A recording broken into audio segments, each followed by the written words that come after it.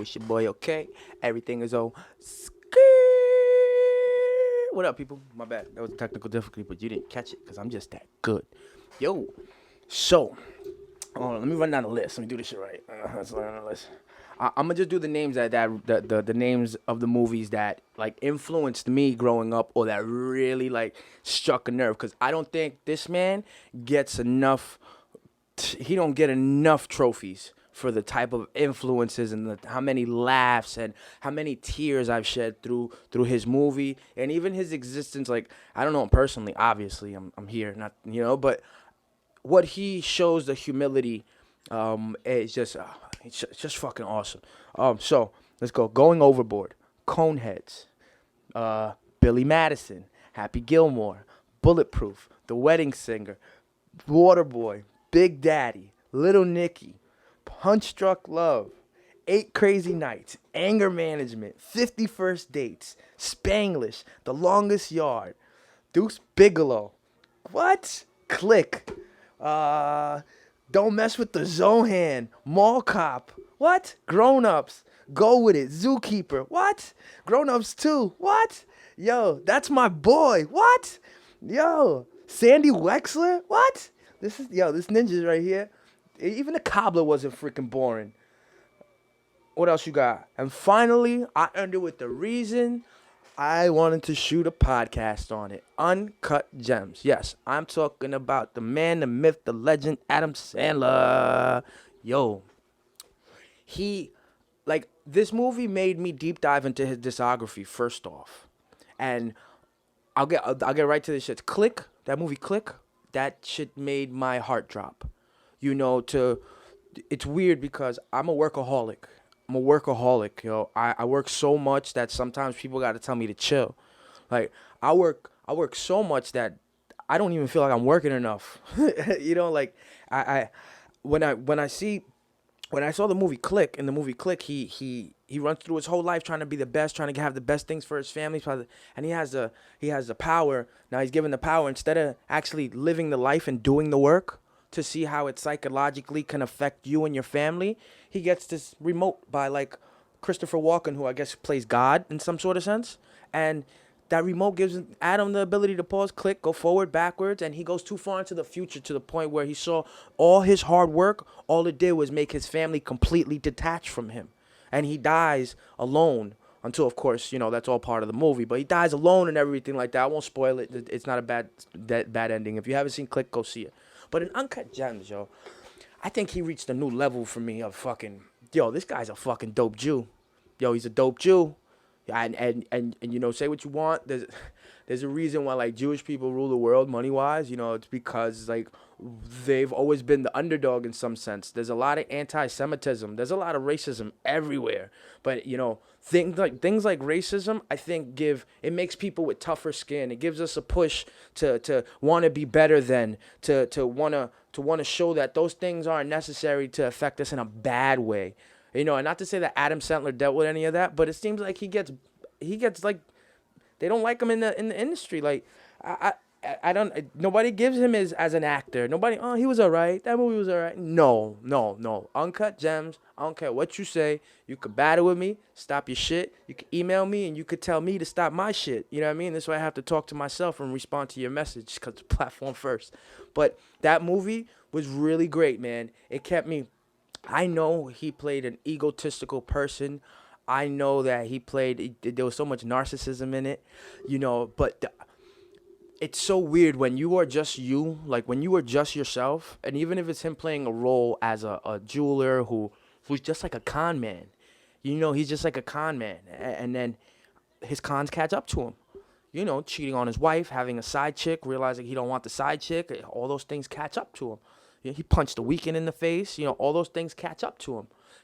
Because he wants to be the man and show off. The whole plot of the movie really is him getting this precious stone from like wherever the hell it came from in like Africa or something like that, like an opal. And like when you look in it, you see the universe. And him being so egotistical, Kevin Garnett walks into his jewelry store wanting the new stuff, and he wants to show off to Kevin. So he goes ahead and shows him what he just got, knowing that he can't even sell it to the man, knowing that he got that piece for auction. He waited 8 months, a year to get something, and then to bring it somewhere and sell it. But him not being him wanting to always be the show off and being standing out from the crowd, and I got this. He showed KG this thing, and KG took it from him. He said, "Yo, I'm a bar this dog."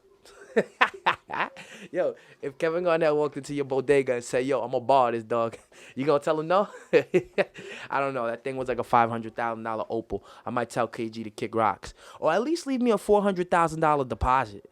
That's all I'm saying. But he just robbed him. You know, Adam Sandler also. He has a shady relationship with like I forgot the actor's name. He has braids. You'll see him. He's like a B-roll actor in there, but he has a shady relationship with him where it's like you can tell two crooks are never supposed to do crooking together. It always goes sour. You know what I mean? Like you can't have two crooks trying to do something. It's like it always goes sour. One, how can you really trust a crook? Is there really honor amongst thieves? You know what I'm saying? Like, because even in that movie, Adam Sandler, he went ahead and pawned KG's ring. You know, like he went ahead and took a loan from somewhere to go ahead and make a bet somewhere else while he still owed a loan shark money. If that's not a degenerate gambler, if that's not a man that's always chasing, if that isn't a man with some goddamn narcissism, I don't know what is.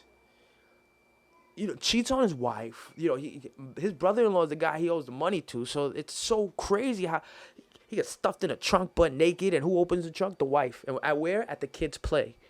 You know, you can tell the resentment when he walked into his house, and his kids, his daughter's 18. She know daddy not coming home from daddy's fucking something else.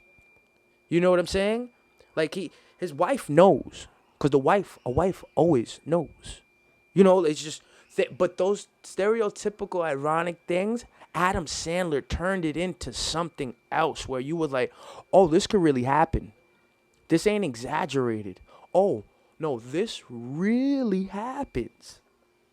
Uncut Gems was a really dope movie. I think it struck I think it's a good learning movie in the sense that a person that maybe not always doing the right things, is always trying to cut corners, is always trying to, you know what I mean, get to the end of the race the fastest they can.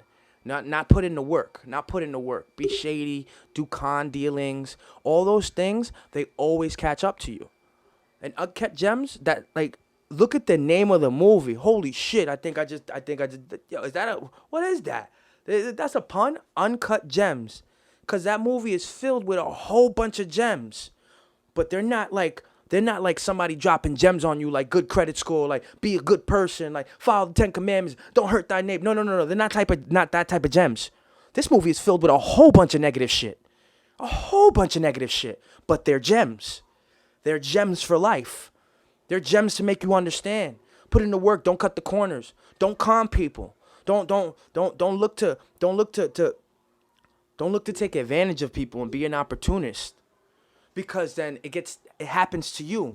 It comes right back at you. It wasn't one part of this movie that this man had a chance to relax. The movie starts with him being in the hospital and the doctor saying, yeah, most Jewish people get colon cancer by their late ages. That's how the movie starts. The movie starts with just dropping some gems on you real quick. Like, yo, so if you don't take care of yourself, you're not only not to take it, but this is part of you know what I mean? Like, when you get older, this is something to look forward to. It could happen to you. And I think for like 40% of men, colon cancer is real. So another uncut gem that he drops in there. Change your dieting. Fix yourself. You know, don't rob people. You know, sometimes the longest journey walked is the most successful one.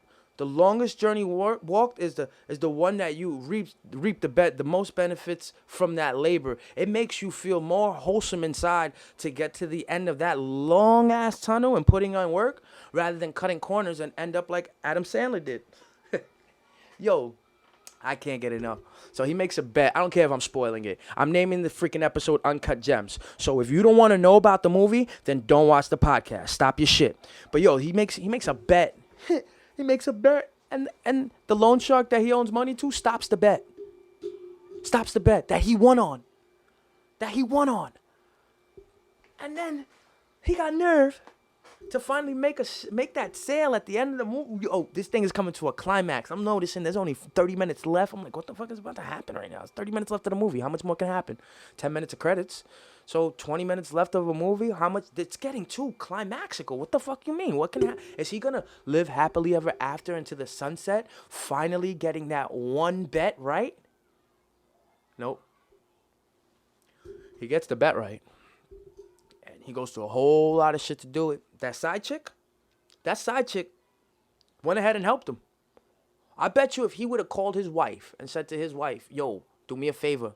Go, she probably wouldn't have did it because all the bad shit that he did to her. Finding him in the trunk at their kid's play butt naked. And he can't explain it. Because it's her brother-in-law he owes money to. You know, when you do too many bad things to people, you can't always get it back. You can't always fix what's broken when you already crossed that threshold and you broke somebody within their spirit. You know, you can tell when you can tell in his wife's face her spirit was like completely broken. So I wouldn't expect her to be there. But the side chick was there. But look what he got because of the side chick. He had to punch Weeknd in the face. She was sniffing coke. Yo, the Weeknd is a beast in that movie. I wonder if that's how rappers do it. I wonder if that's how you famous people do it. Like you have a bitch and then you doing coke in the bathroom and then you like, yo, I want to fuck you. She goes, nah, what are you talking about? Nah, you can't fuck me. And then you go, look, I just want you to touch this. Because the movie cuts all the scene cuts to Adam Sandler running into the bathroom, but she does grab his dick and say, God damn, why is it so big? Bro, I wonder if that's the way shit works. But look, fucked up people can deal with fucked up people. It doesn't mean that fucked up people should always deal with fucked up people. That's not a long run type of relationship. It's unhealthy. It's unhealthy two crooks being together. It's unhealthy when bad people and bad energy and bad chemistry all comes around and there's no real motivation in there. It always gets exposed. The truth always comes out. And if not, you catch a bullet just like Adam Sandler in the back of that, in the front of the eye. In the front of the eye with 2 minutes left in the movie. Bah! That's an uncut gem right there, baby. Yo, I'm out of here. It's your boy, OK? Everything is Stop your shit.